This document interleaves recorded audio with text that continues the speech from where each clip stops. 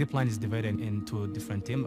We have the flight ops who care about pre-flighting planes, packing, loading the packages, and make sure that plane can fly. And then we have health ops. You can include more of the people with the knowledge of the blood product. We make order to zip line by using SMS or by using WhatsApp. The package is handed to flight ops. We scan the package and that's when we put the vehicle on the launcher. The vehicle will fly autonomously up to the hospital. Iyo nabona ayo maraso nari gushobora gupfa. Igihe kuva basaba amaraso n'igihe yatugereyeho nta minota 5 irimo.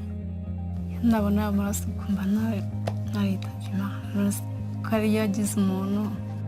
We can avoid expiries, we can avoid stockout because the supply chain has improved. Blood is life, it is saving life for Rwandans.